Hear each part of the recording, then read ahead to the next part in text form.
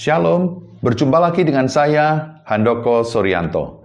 Pada kesempatan kali ini kita akan belajar satu hal, yaitu tentang firman. Saya akan bacakan satu ayat terlebih dahulu, Yohanes pasal 1 ayat 1. Demikian bunyi firman Tuhan. Pada mulanya Allah berfirman. Firman itu bersama-sama dengan Allah, dan firman itu adalah Allah. Saya ulangi.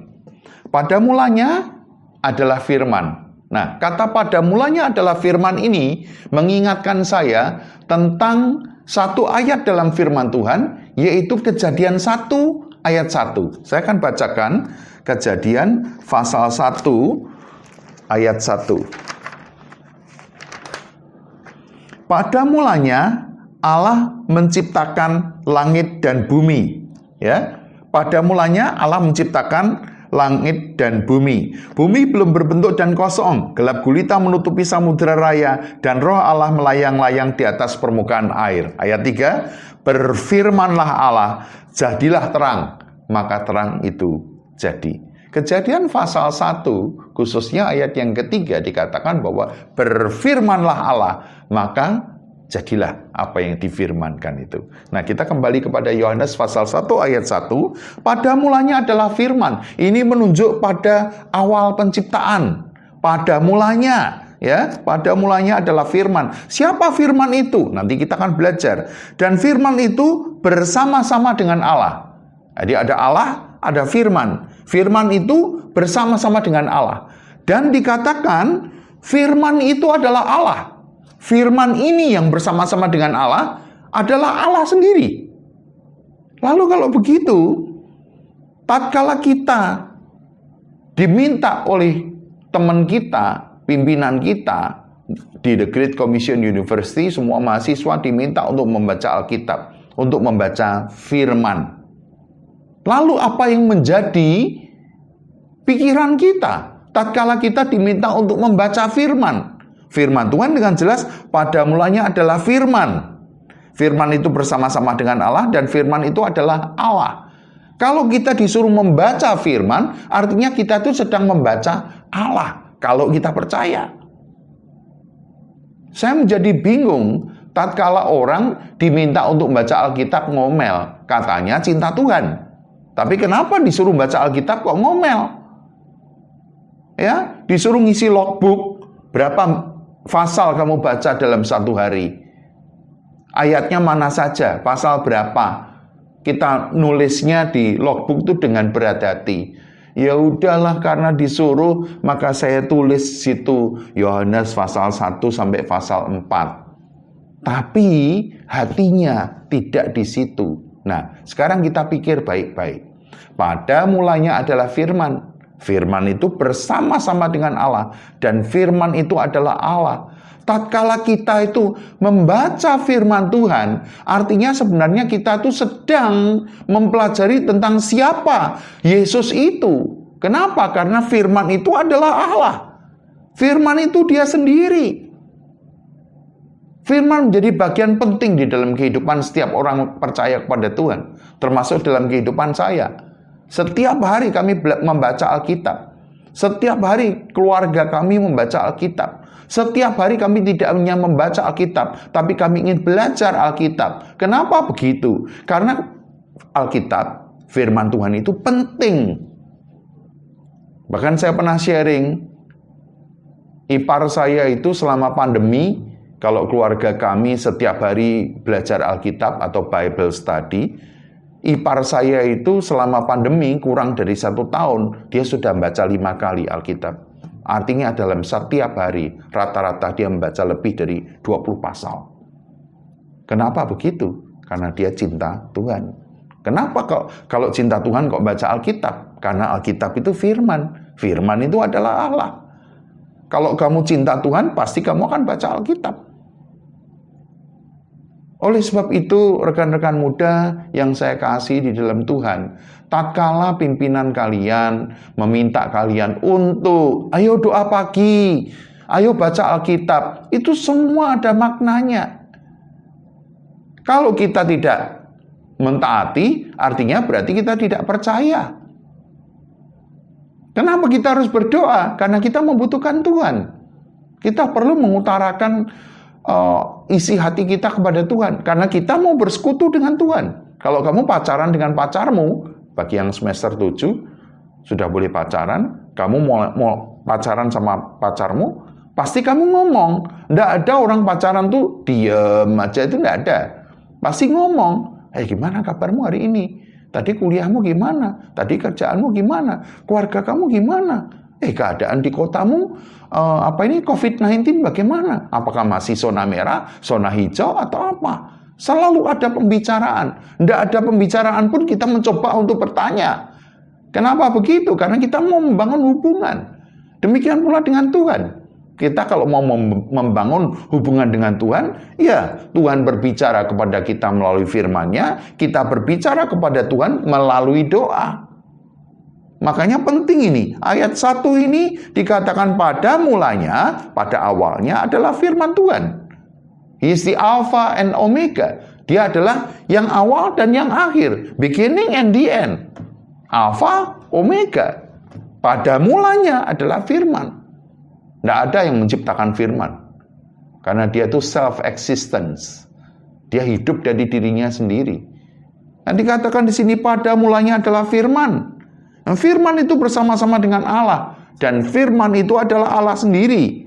Ia pada mulanya bersama-sama dengan Allah. Segala sesuatu dijadikan oleh Dia. Jadi kalau kita membaca kisah penciptaan di dalam Kejadian pasal 1, maka semuanya itu diciptakan oleh firman, diciptakan oleh Yesus, diciptakan oleh Bapa, diciptakan oleh Roh Kudus.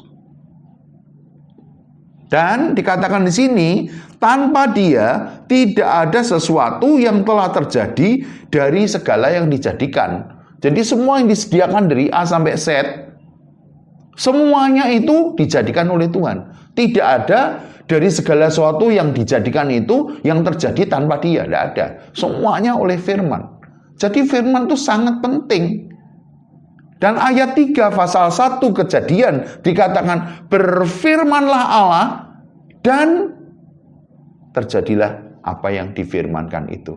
Artinya berarti firman itu punya kuasa. Makanya saya itu heran kalau ada orang Kristen tidak punya kuasa. Loh, orang Kristen tidak punya kuasa. Hidupnya penuh dengan kekalahan dan kekalahan. Kecemasan dan kecemasan. Kekhawatiran dan kekhawatiran. Secara rohani kalah dan kalah. Kok bisa begitu ya? Kenapa? Katanya orang Kristen. Katanya lebih dari pemenang. Tapi kenapa dia kalah dan kalah? Nah, tunggu dulu. Karena apa? Karena dia tidak punya kuasa. Loh, taunya dari mana? Dia tidak punya firman. Berfirmanlah Allah, jadilah terang. Maka terang itu jadi. Artinya, Tuhan itu punya kuasa melalui firman-Nya.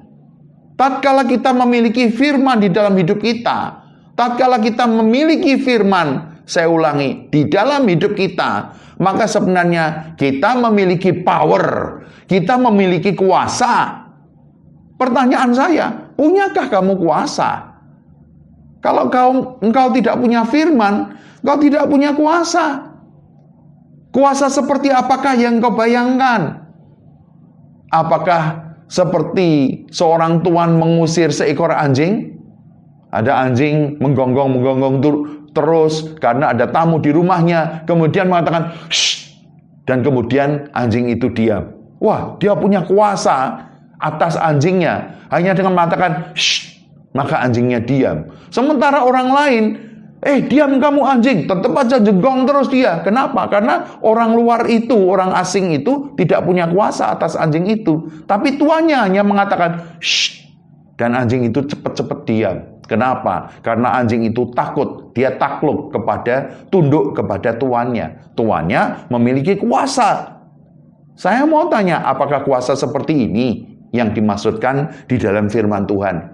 Tatkala dikatakan bahwa di dalam firman itu ada kuasa. Buktinya ketika Tuhan Yesus mengatakan jadilah terang, maka terang itu jadi. Terang seperti apakah yang dimaksudkan di sini? Coba kita lihat. Matahari.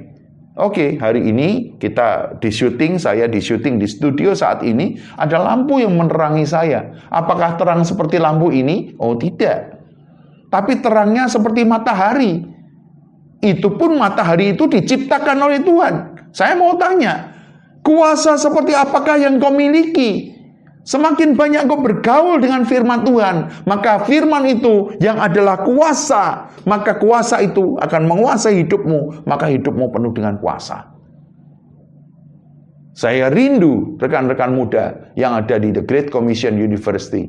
Saya rindu saudara semua yang mendengarkan renungan ini. Ayo, miliki firman di dalam hidupmu. Saya tantang anak dan istri saya. Ayo, daripada kamu membaca Femina, ayo daripada kamu membaca buku-buku yang tidak berarti, lebih baik kamu baca Alkitab. Dan saya senang, istri dan anak-anak saya membaca Alkitab. Setiap pagi sambil minum kopi, baca Alkitab. Mama saya sudah meninggal, beliau. Dia itu, saya belum kenal NBNB, no Bible, no breakfast. Tapi mama saya, pagi-pagi dia sudah baca Alkitab. Dan Alkitab inilah warisan yang saya miliki dari orang tua saya. Hurufnya besar-besar, saya suka sekali. Setiap ada coret-coretannya. Setiap lembar di dalam kitab ini. Dan saya senang kitab ini. Kenapa? Firman ini memberikan kuasa kepada saya. Setiap kali saya mau jatuh, ada firman yang selalu memberikan kekuatan. Ada tertulis kata firman Tuhan. Maka iblis pun lari meninggalkan Tuhan Yesus. Kenapa? Karena selalu Tuhan Yesus, tatkala dia dicobai, dia berkata, ada tertulis. Ada firman Tuhan. Dikatakan oleh firman, saya akan akhiri dengan ini, ayat 12. Tetapi semua orang yang menerimanya, diberinya kuasa, supaya menjadi anak-anak Allah. Dan mereka, yaitu mereka yang percaya dalam namanya. Setiap orang yang percaya, saya percaya. Apakah engkau percaya? Apakah saudara percaya? Kalau engkau percaya, engkau diberi kuasa. Untuk apa? Menjadi anak-anak Allah. Wow, keren. Tidak cuma keren, punya kuasa. Kita bisa gunakan kuasa itu untuk mengusir iblis, mengusir setan.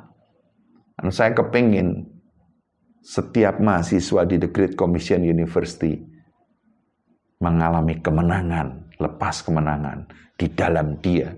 Kenapa? Karena di dalam firman Tuhan ada kuasa. Tatkala kita menyimpan firman di dalam diri kita, maka kita akan muncul menjadi lebih daripada pemenang. God bless you. Tuhan Yesus memberkati.